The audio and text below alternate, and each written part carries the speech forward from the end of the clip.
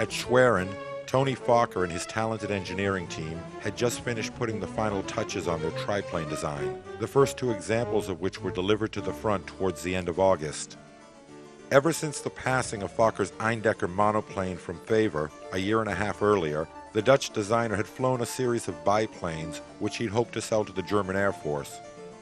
Again, the failure of Fokker to produce the next generation of frontline fighters stemmed more from the unavailability of reliable engines than the aircraft he was testing. Still considered an outsider in Germany, his efforts to secure a share of the coveted Mercedes engines had proved futile. One engine that was available in abundance, though, was the Orberoso Rotary, a copy of the French Larone.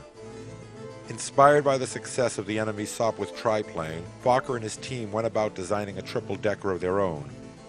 The resulting dry-decker, designated the DR-1, neatly circumvented the engine problem by creating a fighter that was exceptionally maneuverable and sported a remarkable rate of climb. With its short fuselage and stubby wings, the DR-1 could virtually turn around in its own length and climb a mile into the air in barely 2 minutes. Like all German fighters of the day, the plane was equipped with 2 forward-firing Spandau machine guns. The first 2 triplanes were delivered to Jagdgeschwader 1 for evaluation. Von Richthofen had returned to his command on August 16th, 40 days after he'd been shot down and wounded. One of the new Fokkers, painted bright red of course, had gone to him. The second Dreidecker was handed over to Werner Voss, now the acting commander of Jasta 10 and the victor of 38 air battles. Success while flying the new machine was quick in coming. On the first day of September, the Baron scored with the triplane, shooting down an RE-8 two-seater, which he'd been able to close on from behind without a single shot being fired at him. The RE-8's crew had probably assumed that it had been a Sopwith triplane behind them and had watched it approach without concern. On September 3rd, both von Richthofen and Voss each scored while flying their new triplanes. Von Richthofen's victory, his 61st, was over a Sopwith pup belonging to No. 46 Squadron. The Sopwith's pilot, Lieutenant A.F. Bird, managed to crash land his machine and was taken prisoner. Anthony Fokker, eagerly following the progress of his new machines at the front, drove with von Richthofen out to the crash site to pose for publicity photos with the wreck. Voss's victory that day, his 39th, was over a Sopwith Camel belonging to No. 45 Squadron. The new 3-winged Fokker suited von Richthofen well enough, but in Werner Voss's hands he had found the perfect weapon. Voss, a more natural flyer than von Richthofen, was quicker to realize the potential the aircraft's amazing maneuverability offered, and over the next 8 days, he shot down 8 enemy machines.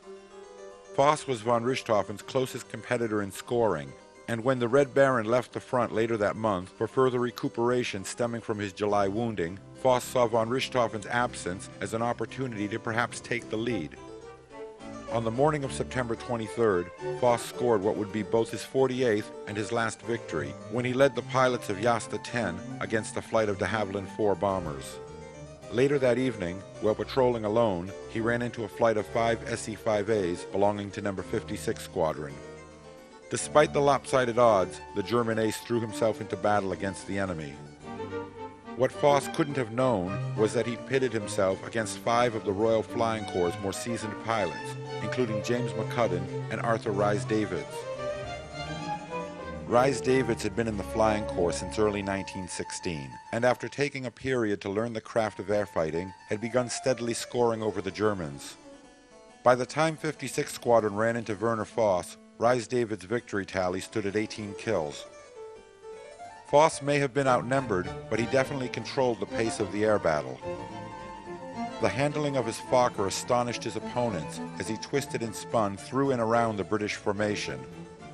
A red-nosed Albatross fighter, flown by Karl Menkhoff of Jasta 2, briefly joined in the fight, but was hit by Rhys-Davids and forced to drop out of the action with its engine dead. For 10 minutes, Voss kept the pilots of the 5 SE-5As sweating under the veracity of his attack and managed to put bullets into each one of the British machines.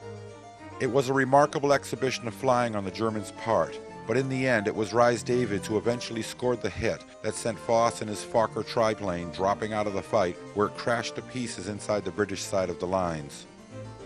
English soldiers gave Voss a burial where his machine had fallen, and the remains of his Fokker were removed to a British airfield to give the Allies their first look at the new German fighter. 2 of the SE-5As Voss had fought were so damaged that they had to be written off from active duty. James McCudden later wrote that the German ace had been the bravest airman it had ever been his privilege to see fight. It was a fitting tribute to Werner Voss, who was only 20 years old at the time of his death.